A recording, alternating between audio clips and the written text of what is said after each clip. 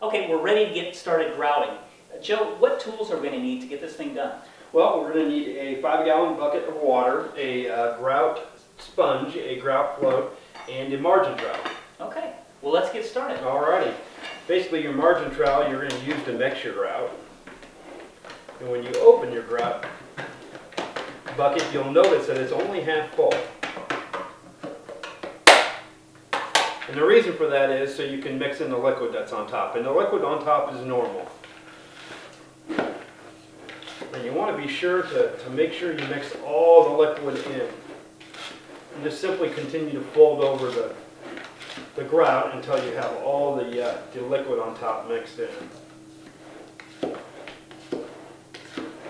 It is okay to use a power mixer with this, but generally you don't need to.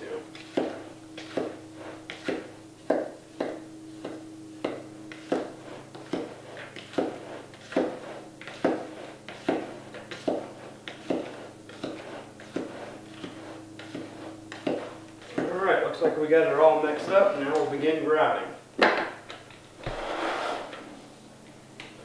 We're going to do about a 6 to 9 square foot area. Anything larger than that, the grout's going to get away from you. So you always want to make sure to grout in small sections. And make sure you can reach the area you're grouting. You start with even a smaller section than 6 to 9 square feet. You could even do 4 square feet. See what works for you. But I really would never go over 9.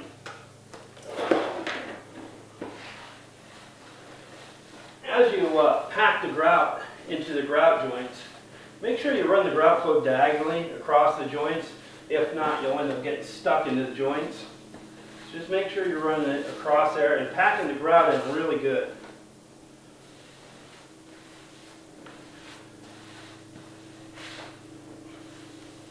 It takes a little getting used to in the beginning, but once you've got a few square feet down, it'll go much easier.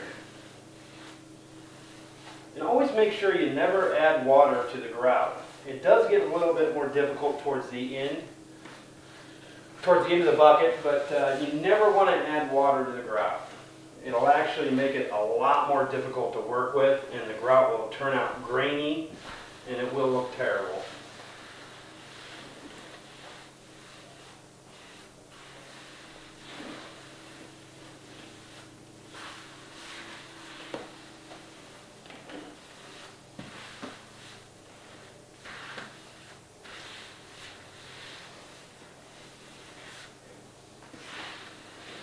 Now that we've packed the joints, we're ready to begin wiping down the grout.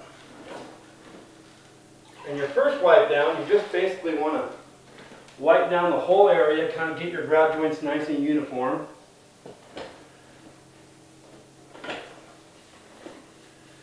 Make sure you cover the whole area. I usually do it a couple times. Now this is just our first wipe down. This isn't our final clean. So once I got the grout joints looking the way I want them to look, I'm ready to do my final wipe. And this part's really important. Also with the sponge, you want to run it diagonally. And you only want to use one side of the sponge per swipe. And I'll flip it over and I'll use the other side now. But then that's it. I can't use that sponge anymore. If I was to continue to use it, I'm just going to spread the product around.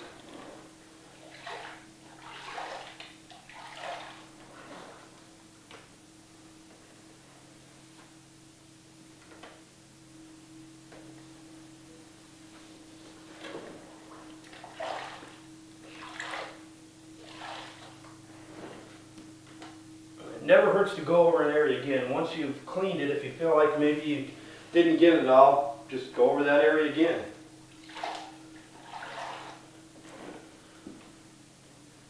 Well, Joe, this is looking really great. How soon can the homeowner actually use the floor? 24 hours later, they can have light traffic on it. 72 hours heavy traffic. Okay. And do we have to worry about staining? Well, actually, within the first 7 days, the grout can stain, but after that, it's a completely stain-resistant grout. But within the first 7 days, it can be stained, so be careful in those first 7 days. Okay, and what if we're not quite as careful on the cleanup and there's a little bit of a haze? Is there something we can do about that? Yeah, there's a product called Crud Cutter with a K. It's KRUDKUTTER. It is it's a really good cleaner. It's the original formula. And how you clean it is basically just spray down your scrub pad, and then you go ahead and just smear it around on the tile. And you do several tiles, go back to that first one, and then go ahead and scrub that tile down. Once it's had a little time to settle in, the haze comes right off.